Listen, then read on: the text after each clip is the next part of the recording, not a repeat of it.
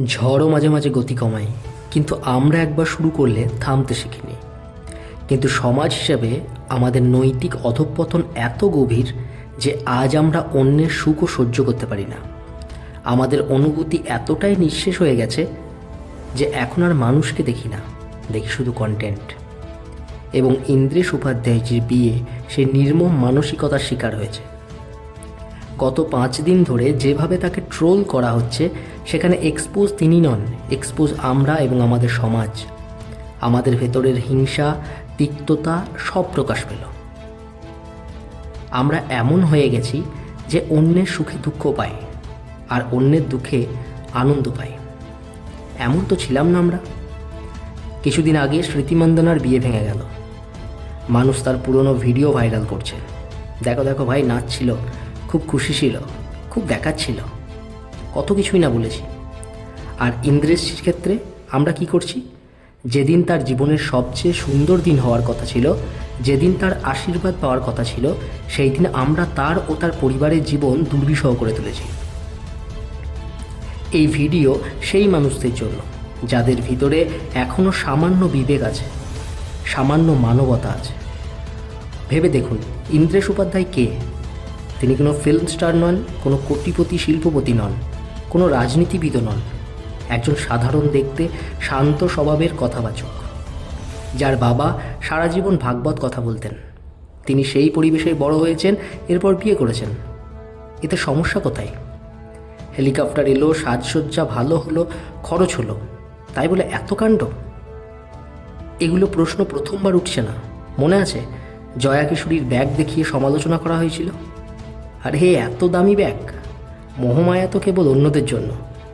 ধীরেন্দ্র শাস্ত্রীর চশমা নিয়ে কটাক্ষ হয়েছিল, দেখো দেখো মোহমায়া। লোকের ধারণা ধর্মের কথা বললেই মানুষকে মানবিক অধিকার হারাতে হবে। সে নাকি ভালো গাড়িতে চড়তে পারবে না, ভালো পোশাক পরতে পারবে না, ফোন রাখতে পারবে না, বিয়ে করতে পারবে না, হাসতেও পারবে না। সমস্যা কোথায় জানেন? সমস্যা হেলিকপ্টার নয়, সাজসজ্জা নয়, খরচও নয়। সমস্যা হলো ধর্মীয় পরম্পরার সঙ্গে যুক্ত কোনো মানুষকে আমরা সুখী দেখতে পারি না। দেশের খেলোয়াড়রা 2-3টে বউ রাখে, কোটি কোটি টাকা উড়ায়, লাইভ শোতে এসে বলে গত রাতে যা করেছি। তারা আমাদের আইডল।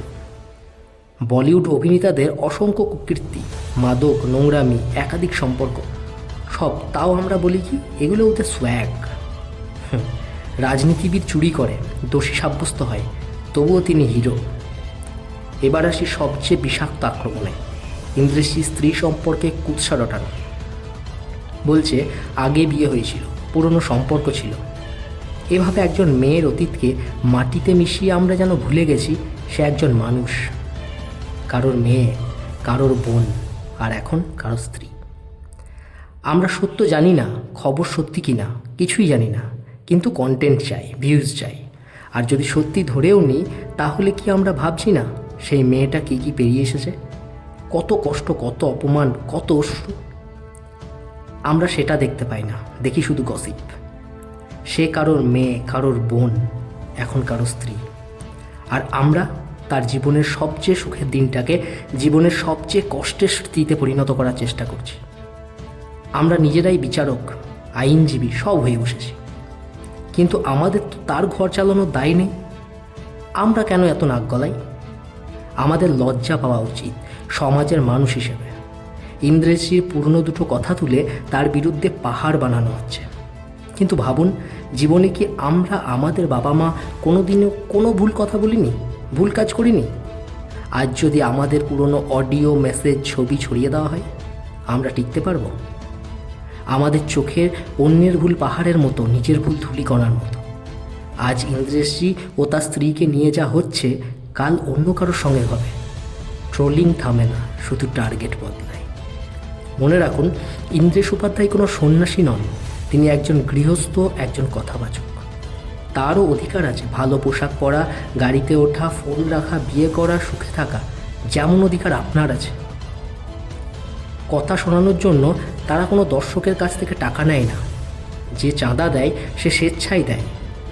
যার দানের সমস্যা নেই, আপনার সমস্যা কেন? কারো শখ বিদেশ ভ্রমণ, কারো শখ কুকুরকে খাওয়ানো, কারোর অনাথ শিশুদের সাহায্য।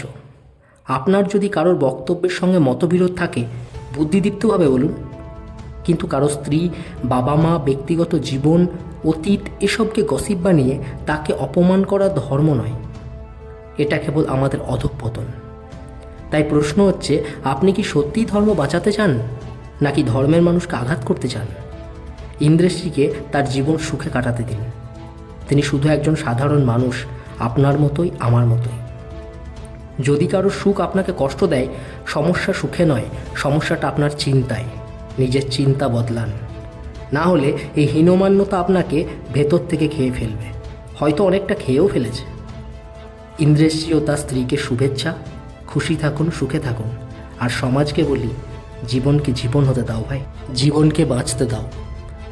যদি আপনাদের মধ্যে কেউ ইন্দ্রেশজির বিবাহতে খুশি হয়ে থাকেন, তাহলে তাকে কমেন্টে অভিনন্দন জানান, শুভকামনা জানান।